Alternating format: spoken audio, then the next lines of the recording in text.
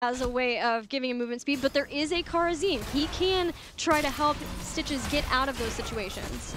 Talking Trees harassing Yoda quite a bit, turns his attention over to Zugrug. Now he's going to apply a little bit more pressure. Collusion coming down for the heals. Hook going to miss the mark there. Nice scatter arrow by Lutano to land onto the Genji as he continues to try and finish that quest. Hit it at 17 out of 20, so not too far from finishing. HeroesHearth have done a number to that bottom lane, so if they can get the turn in, I expect them to make that a priority or try to draw some of the resources of Team Freedom so that McIntyre can continue to siege down there. Malthael doesn't have the best of siege, but it's been the attention with constantly bringing Genji down. Yes, they did lose that one kill on Crone, and they've lost some damage toward the top, but it has let them be able to get something started for them once they get that first turn in. Nasmus, he's going to go ahead and Brush Stalker up and try and get the turn in. 47 gems, he's got 27 of those. Not enough for a turn in yet. Lutano got to get to safety. He's going to get a little bit of support from Collusion to make sure he stays alive, so keeping him fresh there. Tahaka now in that top lane. 7 gems short is Team Freedom. Still enough for both sides. We'll see if HeroesHearth can get a turn in of their own as we see Johanna moving to that top while we got a lot of action going on down here, seeing if they can follow up and get any kills. Yeah, tri-lane in the bottom, but none of them being the primary gem holders for HeroesHearth Esports. If that's Johanna, that's a tricky situation since Johanna is also one of the best zoners away. It seems like HeroesHearth we're just maybe just giving it up, maybe not recognizing that the turn-in was happening there in the top. Team Freedom does have the benefit of a lot of vision control around these turn-in points between the Oracle of Tassadar and the Sonic Arrow of Hanzo. So let's see what they can do with this first Web Weaver phase as they attempt to climb ahead in experience and get some of these structures open. It's a good start for them as they'll get this push forward. And Hanzo with that explosive arrow 4, there's going to be a hook in, but that is on to Johanna, not willing to commit any more follow-up to that. Jaina puts down the Blizzard in return. There's going to be that bonus damage coming in. Talking Trees here on the flank does get a nice swift strike there into Lutano on that Hanzo. So brother v brother, it's like Genji getting the better part that time around.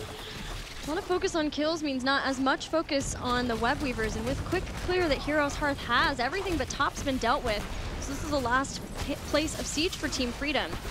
HeroesHearth coming in hot, hoping to zone away Team Freedom from getting anything else done, any more damage, though this well is like to go down. Nothing more gained, so HeroesHearth have some time to get their own Web Weaver turn in. They are right there with experience in with Team Freedom. Now, one of the things I like there from HeroesHearth was the positioning between Ishbu and Talking Trees, making sure that they found themselves in between their assassins and the hook target there, making sure that if anybody gets hooked, it's the one with the unstoppable and the ones with the mobility. There's going to be a hook onto Ishbu. Again, he does not mind that. Scatter arrow is going to hit, put a little bit of damage in. BBJ coming in for support. Experience not that different now. It's the Roots just going to miss out there after the condemn. Ishbu has 49 gems. I don't know if I've ever seen somebody have so much percentage-wise of the team's gems. And it is hard to get the turn in, but McIntyre in the bottom, hoping to get these gems, and this lets someone else be the turn in so that Ishbu doesn't have to worry about it. That's going to be Crone. Crone gets his gems in. Heroic's almost here for Team Freedom, but if HeroesHearth plays this right, they're going to get heroic abilities, and then Ishbu, off the back of this turn in phase, might finally be able to drop off those so many gems. Gil, if today was your first day watching HGC and you saw Talking Trees on HeroesHearth, you would never know he's the stuff. He is doing the little things. Yeah. It's not like he's just coming in looking for an opportunity to get a kill. He's done the disrupting of rotations on that Thrall on a couple maps ago, disrupting the rotation up to that top lane, denying XP, finding ways, but we've got a breakout fight here. There's going to be Twilight Dream used, Stitches running away, somehow lives. Crone with the snipe. Through the wall. The Dragon's Arrow follow-up. Collusion wants to go in and get this kill, and he gets it a 1-for-1. And Collusion showing why he prefers this aggressive support. Collusion, love that. Without the level 7 talent, probably not as easy. But Collusion making the plays, getting the double dash in and then the dash out. Very well played there. That was that Pierce, and that was so cool. Jaina getting that kill, Collusion going back in, but off the back of this whole time has been Web Weavers for HeroesHearth. and it was Crowan who went down. Crowan had not that many gems on him because he had turned in. What we're seeing from Team Freedom, though, Gorge, 7-sided strike, so it is the isolation-style composition this time around. It's a heavy commitment, and there's not going to be a whole lot of targets on there. Mouthail going to be one of them, but we'll see. Nice dodge there using that Wraith Strike. This is pre-inevitable end, and he's still fine. Ishbu's going to start this channel. Sonic Arrow sees it. Water Elemental there, along with the rest of Heroes Hearth to zone. Good feeling for Heroes Hearth, getting rid of all of those gems from Ishbu in a second Web Weaver phase. This is the point to start climbing ahead in this Game 3, looking toward a victory in this series. They do have to be careful about their positioning before this lands. Again, that Hook Gorge combo, that's why you see Zugrug just kind of hiding just behind the wall. He wants to get you right there, but now didn't find an opportunity. Will force the rotation out as we see. There's going to be the hook. Iron Skin used. I don't think that was going to land, but hold on a second. Up at the top there, Talking Trees, Lutano. Brother v brother. Hanzo's like, Hanzo's revenge. Revenge was gained. And no Genji for a little while now. Genji taking X-Strike this time, Blessed Shield. Roots are underneath this. He's gonna gorge Mouthail in an attempt to get away from the body blocks, but this is gonna be chasing him down. Last Right's used, but the shielding is there. He is just fine. That's the one thing. 7-sided strike means no palm, but that shield is going to be enough to keep him alive. Water Elemental out again here. As Collusion said, none of this, as he goes right in on that Water Elemental. Make sure that's not in play. And now Webweaver's pretty handedly cleared up here, still holding the top fort. Bot lane, not a significant push, and mid fort still standing. That Genji kill definitely paid dividends there for Team Freedom. It did that, and keeping Stitches alive, the Gorge and the teamwork from Team Freedom, the shield from Tassadar, and that gets Team Freedom to 13 first, but this is an extremely close game. Heroes Hearth have both of those forts worked down a lot, and they have not lost a single fort on their side, though they have spent a significant amount of gems trying to open up the map. That's the best news for Team Freedom. So they have this experience advantage, and if they can get these Web Weavers, they have a chance to start taking or dealing some structural damage of their own. Well, this would be interesting to see Dahaka's positioning, Yoda, how he, or excuse me, Nasmus, seeing how he can be effective going into that reduced armor with his Dark Storm at 13, trying to enable the players around him instead of trying to get something going for himself with those auto attacks. So it'll be key for him to be in the target, be in and try and get that bonus damage, even if it's a Hook Gorge target, finding ways to take advantage of that to see if you can boost up and get those kills that are going to be desperately needed, because Heroes Hearth, despite being down 3-1, you know they've got the firepower. They've had the setup so far, just Stitches pretty beefy right now. Yeah, the thing about these Hook Gorge isolation combos is getting the first kill is usually guaranteed, or you can get the first kill. It's what can you do past that? How much damage do you take past that? Can you get any further kills? And that's the nice thing about having Dahaka along with that.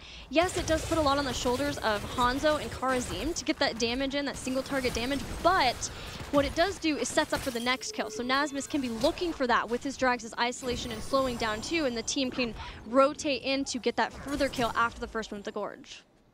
One thing that has been a theme for Talking Trees on this Genji is going the Shingun, which if you hit all 3 shurikens, you do bonus damage. It makes it more sense against a Phoenix and things of that nature, because if you Swift Strike in and then get that burst damage on a big target, it's there. You don't necessarily have the same amount of big targets. We've got a Gorge Bless Shield going to be used. So Jaina's going to be in there. Nice block, though. That block by Ishbu to eat that Dragon Arrow saved Jaina, but only momentarily. Talking Trees trying to come in. Last Rights is there. That's going to be a trade-off in kills, but now Heroes are starting to fall. 2 members down. There's going to be the self-cleanse, the scatter arrow, not enough for the kill. Talking Trees looking for more, unable to get it. But that play by Ishbu, despite the loss, him using that Iron Skin, walking forward, wearing that Dragon's Arrow to keep Jaina alive at least a moment longer.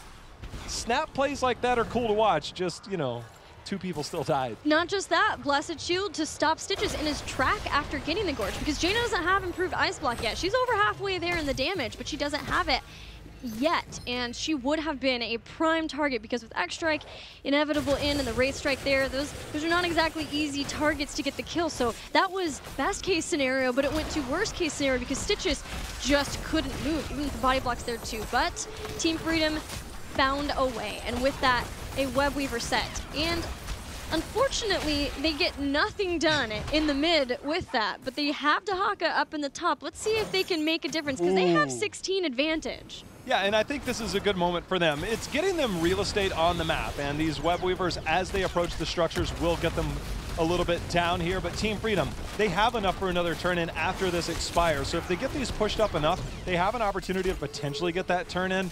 We saw Team Freedom defending against HeroesHearth trying to do the exact same thing. So see if that can be accomplished as bottom and mid are now cleaned up. Top, the remnants are going to be there. Going to get a little bit more structure damage here for Team Freedom. 10 seconds out till we get that turn-in now. See if Team Freedom can get another one going.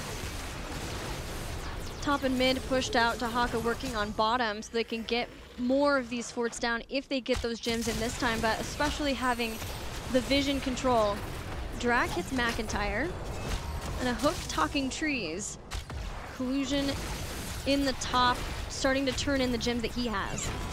Tassadar now with Psionic Echo. There's going to be a drag onto the water elemental buying time. Zuggerug zoned out by the roots. McIntyre trying to get the turn in. Nice disrupt there as Lutano throws out that Sonic Arrow, getting the interrupt again. Ishbu trying to zone out. They just need 12 on the side of HeroesHearth, trying to gain control. Team Freedom is having none of it.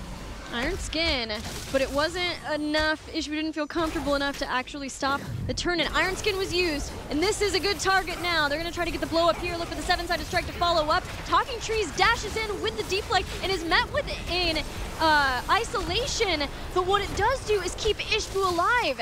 Crowan, however, he's running for his life. The hook, nice ice block there. He's going to dodge that, and that is going to be the thing that we talked about the most. Ishbu, however, that was 14 gems, I believe, maybe a little bit more that were lost. Lutano, see if he can land a scatter arrow here off the wall, trying to snipe somebody, unable to do so. Talking Trees, however, did not like the way that that felt, and that could have gone so much worse. Inevitable end. And the spray as you do it. Cool guys don't look at explosions, Gilly, but they spray on their way out. The scatter arrow sprayed everywhere, taking some of HeroesHearth health bars with it. So many really cool individual plays in that last fight. I thought that the isolation hitting Genji was awesome. He swift struck in, I thought maybe to his demise, to try to wear some of the damage with the 7-sided strike, knowing that that was going to be the target. There was no Iron Skin there for HeroesHearth, for Ishbu, but then being able to both get out of there initially, the ice block, and these inevitable ends.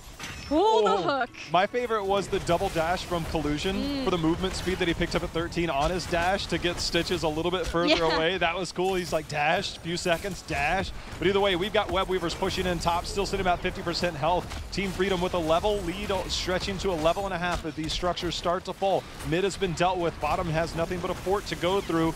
Stitch is going to miss the hook there, so now that's going to force Team Freedom to back away. No hook. No way to re-engage, and for Team Freedom starting to stretch their lead just a little bit. And HeroesHearth, remember, they lost a lot of gems in that engagement, only sitting on 9 currently. We'll pick up a few more at the tail end of this. They still needed 12 to get the turn in. Actually, Mouthdale has 20 plus, so that is going to be enough for turn in if they can get it. Well, the hooks or the gorges no longer can be controlled as easily because Cleansing Touch is here, but Stitches can take a lot of damage in the process with what we're seeing because Northern Exposure is a possibility for Jaina. 7-sided strike just before Collusion goes down. Now he falls with a Twilight Dream going off. Malfurion dies too. It's a support versus support trade. McIntyre puts the last rights, but falls in the meantime. Nasmus is doing work. Lutano trying to get the trade. The agility over. Agility versus agility, but there's going to be a shield there. Scatter Arrow as well as a Psy Storm is going to go down, and that's 4 members. Ishbu, he's trying to make it out alive. I don't think he's going to be long for this world. See if he's got the Iron Skin. Actually, I feel Nasmus probably could have got a little bit of momentum out of that brush movement speed. Instead, the chase is going to continue here. Again, I would caution that Ishbu probably should have died sooner.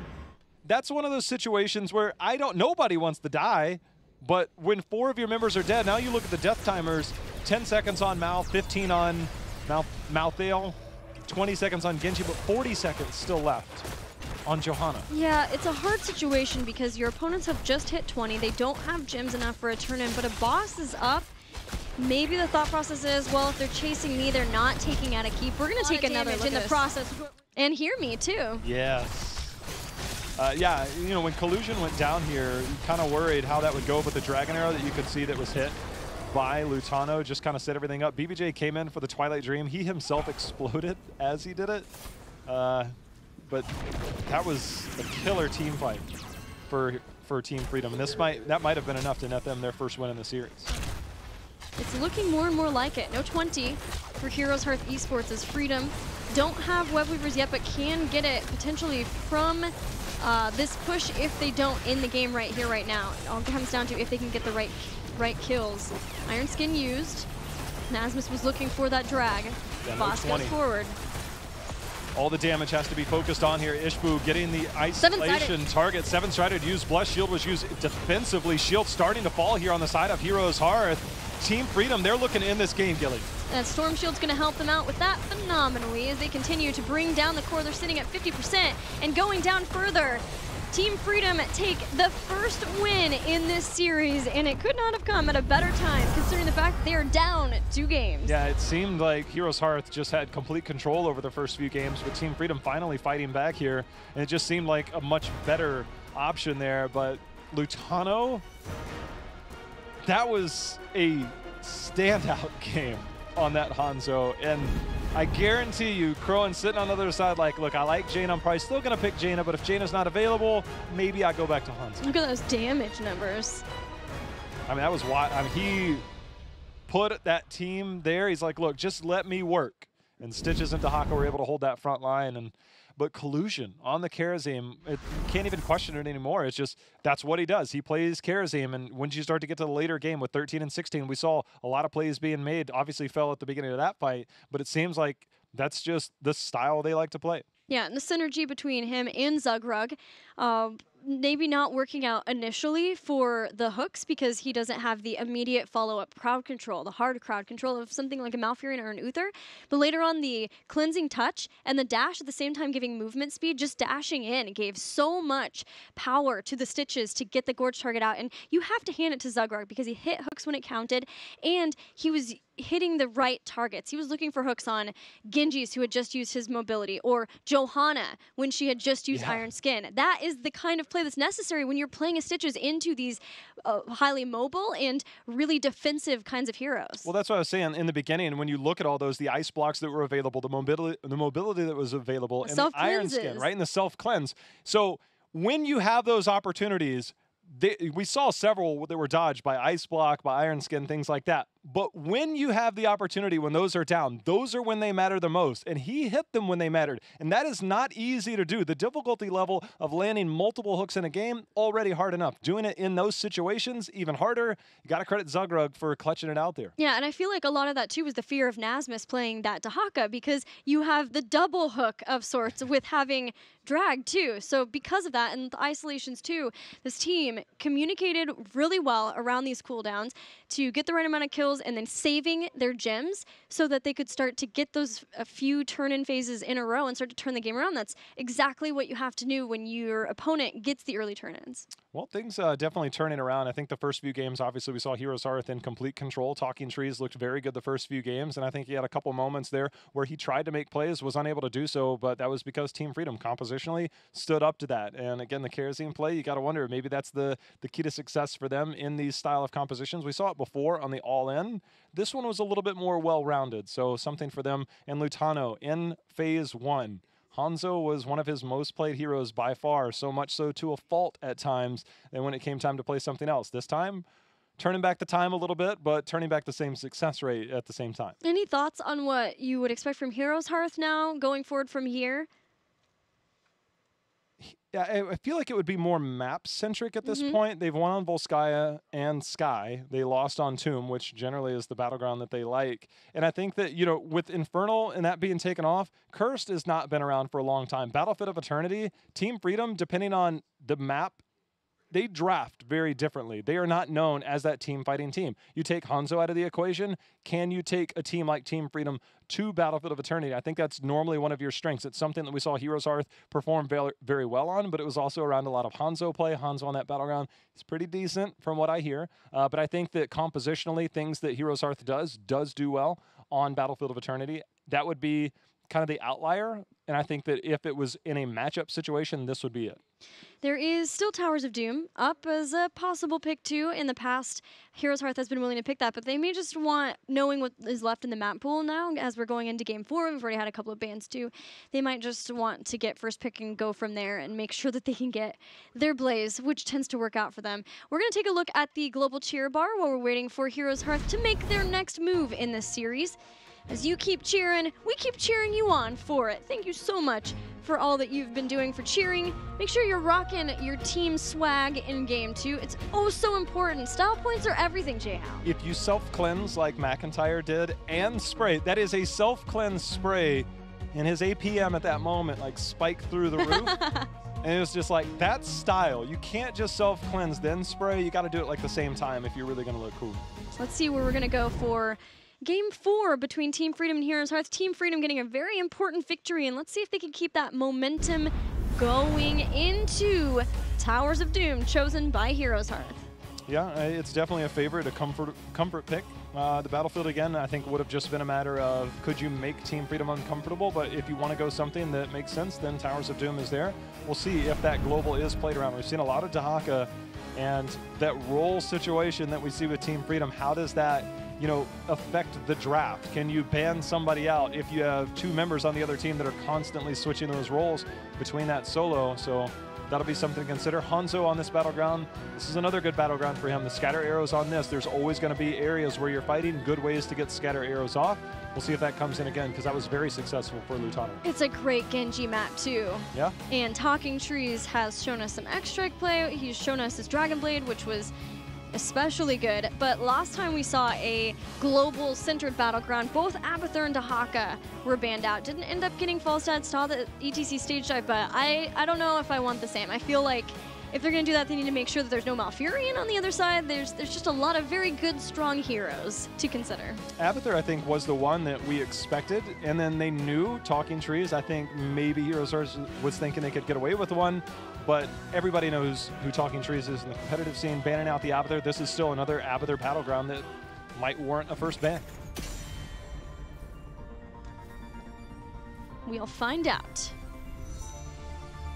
Last time, Team Freedom took a little bit of time to make sure that they were, nope. They don't want anything to do with the Abba. Dahaka? Well, they have the Blaze priority ban. Team Freedom banned it out last game. See, this is the interesting thing, is that when we saw the Dahaka Abathur ban, Heroes Hearth was first pick, so then they were able to get Blaze. This is not the case. Now, will they give up Blaze, or will they give up Dahaka? It feels like Heroes Hearth, in this battleground in particular, could play around the Dahaka themselves if they opted to, but with Team Freedom, where does that priority really lie, especially when you get on the battleground where the global definitely does have a major impact? So this is the opportunity to see if Team Freedom wants to take the bait. This is a place I love in series, which is Game 4, Game 5, when it's all on the line and we start seeing teams adapt to each other like that. They'll stick with their Blaze ban. I honestly wouldn't be surprised if they would first pick Dahaka. I feel like they're going to probably stray away from it, but I wouldn't be surprised by it at all. If they pick up Dahaka, then Heroes Hearth gets Malfurion, possibly Malf Jaina again. Yep. And I'm okay with that, but this is going to be the battleground that if we did see something different, maybe the Hanzo comes out on the side of Heroes Hearth, and then also maybe that Li Ming that we discussed earlier, if it really starts to become a priority, if things really start to show themselves a little bit differently in these drafts. So I feel like everything is on the table for these teams so far from what we've seen between yesterday Team Freedom, today's Team Freedom with all the role changes, but they are prioritizing that Dahaka. Crowan's Hanzo, Crowan's Jaina, Trees' Genji. So many good things available to Heroes Hearth. I'm just thinking about Mac at this point. Thrall, Sonya are kind of the later ends. Malthael, we just saw that last game, didn't necessarily have the... It was good, it's just that Last Rites couldn't cut through with Tassadar shields. But otherwise, like, his dodging was good. He was putting a lot of pressure in. The Genji and Malthael in the bottom lane initially set up really well. Malf Jaina seems what Heroes Hearth likes to do. They're either going to change it up, or they're not. So smart. Sorry. That's why I like you. You're so smart. Sorry. I could not help myself. Expert analysis. Hey, they changed it up, see? Now, does Tassadar get through is the question. Cool. I'm always excited for a Tracer, man. I'm just pumped. I love the series. I'm having fun. Well, Map Tracer was kind of the thing that Dignitas ran pretty heavily at the beginning of the year. We've seen some changes. It wasn't necessarily required to have the Tassadar because the Malfurion can kind of continue to give those heals out, but let's see what HeroesHearth feels there. So things that can help you with pulse bombs. One, bunker, gone. Tassadar maybe, because he can give the extra shielding. Warp helps yourself. Phoenix and Karazim, I think, are definitely the two that I would anticipate one or the other, if not both, from Team Freedom. Yep, Palm. Uther, but not this high up.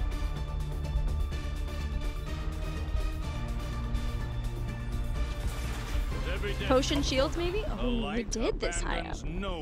All right. Well, the Hanzo now has come back. And it's kind of been one of those things the first few days where it hasn't really felt that prominent yet, despite the success rate at MSP. And Hanzo, auto attack range nerf, but 6.5 still trades out very well against Tracer.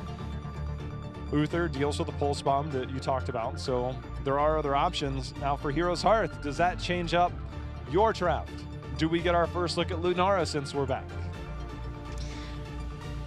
HeroesHearth did play her. It was on Tomb and MSP, but Purification Salvo is also a lot to deal with. Like everything. Option. Phoenix is really hard to deal with. Especially you get that splash damage at level 1, just on your autos alone, but Salvo, it does do incredibly well. And then McIntyre can play Thrall. There's a whole lot of goodness going on from that. We'll see what Freedom bans. They know the limitations of Uther. Stitches ban from HeroesHearth. No Stitches, no Gorge, annoying plays. It is another good battleground where you would see Stitches. If you were to see a Stitches be picked, Towers of Doom is near the top. Okay, here's something to consider when you do think about Team Freedom going forward, is that we've already seen the role where Nasmus plays the melee. Their Medivh player, from what we knew historically, was Yoda. And so that it always is a thing that you have to consider with these teams. I kind of wondered, already seeing the Stitches from Team Freedom, if we would see a Stitches Medivh. But so is HeroesHearth. At least the Stitches, so they say no to that.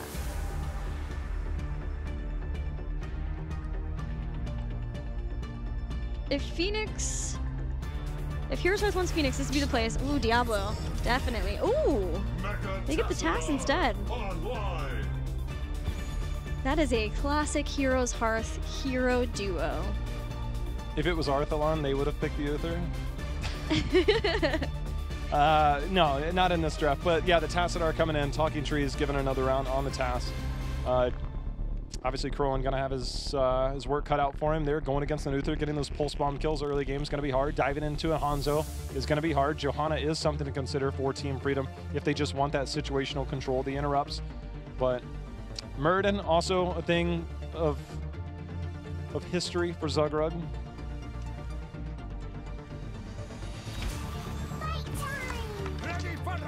They win! I think you lost your pick. I did. I was so excited. I heard it, and I'm like... Wait a second. Wait a second. I've seen this before, Gilly. It's fight time! Yeah, I know. Brightwing is not in the greatest of places. See, what happened was... well, you know... That, yeah, well, you know, I'm gonna let you take this one. I mean, she's... Look, it makes sense. She's a global. Let's think about where it objectively fits, right? Yeah. So Uther can get the hammer if Tracer gets too close, gives armor for the pulse bomb. Brightwing, kind of the same thing. Polymorph, a little bit better range, but also surprise when you add Pixie Dust, it does give you spell armor. So that's another way to deal with pulse bomb. So those elements that are going to be there are definite ways to mitigate damage. this is kind of very Heroes Hearth style, that you go double support solo Hanzo. Hanzo has seen a lot of changes, but it's really all in on that Hanzo to do most of the damage. It will probably be a little bit more battle Uther getting Holy Shock to make sure and deal with the Tracer also coming in. We've seen a lot of that at level 4, picking that up. So there are ways. So you got the Pixie Dust and the armor from Uther's heals to deal with Pulse Bombs. Is it enough to deal with the rest of the damage that will be coming in? Brightwing gives you the aura heals that pulse, Uther, your situational heals. It makes sense in theory, but when we've seen it, and Heroes Hearth is one of the teams that have tried it, I think they have 2 Brightwing games from earlier in the phase, it did not look pretty. But this is a new style that we're trying out. Instead of varying with the point-and-click CC versus Tracer, yep, they're trying the Brightwing with point-and-click CC. Here's my question. Medivh has Polybomb. Nah. Why Brightwing? Polybomb's too long of a Look, cooldown. I know, I'm saying, yeah, unless you're gonna get the kill, and it's not that long. Were you memeing?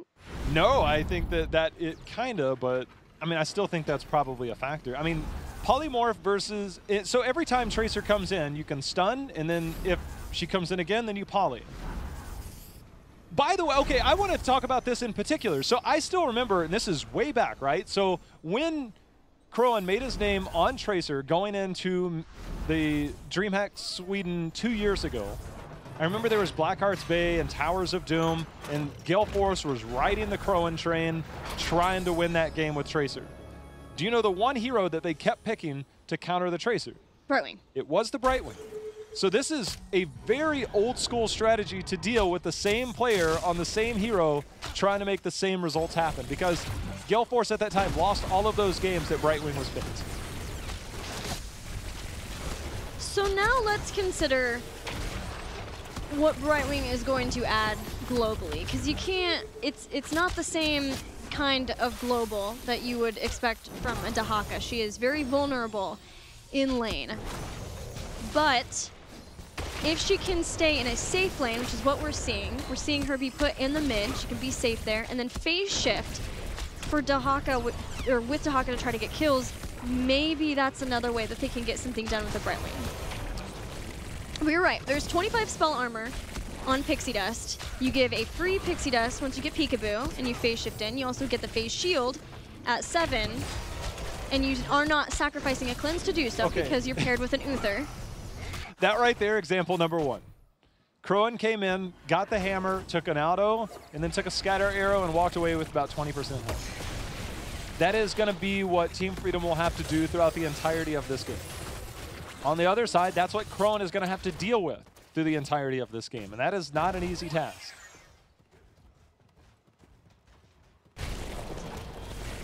And Polymorph is a silence, so that you can't Nature's Cure Adapt. You can't Nature's Cure Stun. That's actually a really good point. All right. Sonic Arrow spots out that Heroes Hearth is indeed getting their Sapper Camp. Team Freedom already got those. No Pixie Charm, no bribe for this Brightwing. This is all about ensuring that her global is up, often with a Hyper Shift, because you want to have the phase shift up so that you get the benefits from it and the build as it continues along.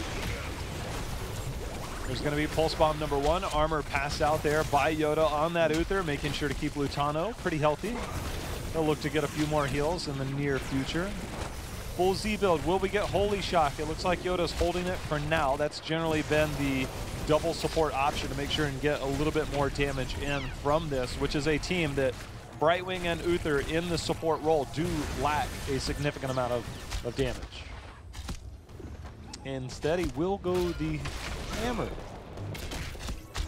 Pursuit of Justice. Get that movement speed. Mm-hmm.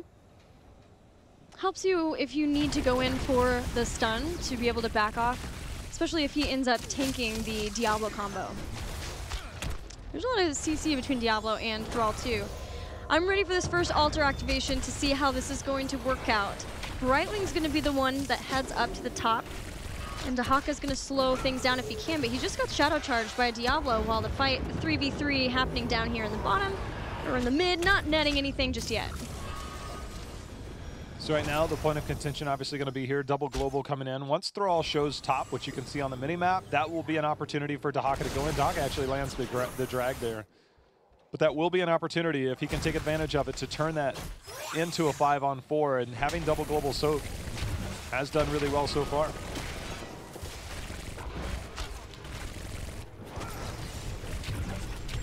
Pulse bomb.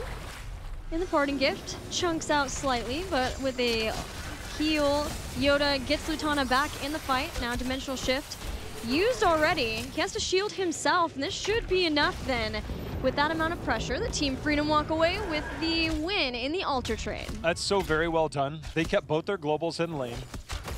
And once Dahaka, he ended up getting the drag, delayed a little bit of experience, had a little bit of a trade, saw that there was another minion wave. The minute that second minion wave came in, that was his opportunity. I get this clear because I have better clear than the Thrall at this point in the game.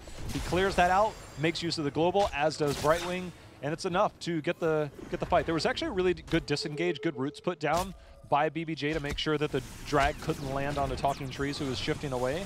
But it was still enough to keep HeroesHearth at bay, and Team Freedom comes out ahead. But the experience really close between these teams. No kills yet, nothing opened up. But for HeroesHearth, not being able to get some of those early pulse bomb kills is a bit frustrating, considering you have the Tracer. But with the sheer amount of supporting that HeroesHearth has for that Tracer, and the fact that they haven't really brought Thrall in as a way of being able to get some of their damage done. In fact, Thrall taking some damage from that double global. Thrall's wishing somebody else would come in for help there. He's like, hold on a second, there's a couple globals here, and there's nothing, you can't rotate up to defend that, because then the globals can go somewhere else and do even more damage elsewhere without much trade-off. So Kroan still continuing to look for it. There's going to be the hammer going down, and you can see that is the damage. Scatter arrow now finished, getting more arrows out. More potential lethal threat coming out from Lutano as he's continuing to try and bounce those off. There's Kroan again. The parting gift, the armor, enough to keep him alive. The thing that I really like that we're seeing adjustment-wise from HeroesHearth is this is not Kala's Light. This is Kala's Embrace. And that as long as they can keep Tracer alive through the secondary couple of stuns and she recalls back, then you have the shield ready so that she can heal right back up and get into the fight. Now Ishbu is coming in, Brightwing too, and we're looking for a good old-fashioned battle. Thrall is not here. Team Freedom is using these globals for a man advantage. There's the drag, there's the stun, there's the poly, but it's not enough to get the takedown yet. Kroan gets the shield, and he's getting that bonus healing you were talking about. Now he's trying to be the aggressor. Dwarf Toss out there by Zuggerog. I think even a cleanse was used in there as well. There's going to be another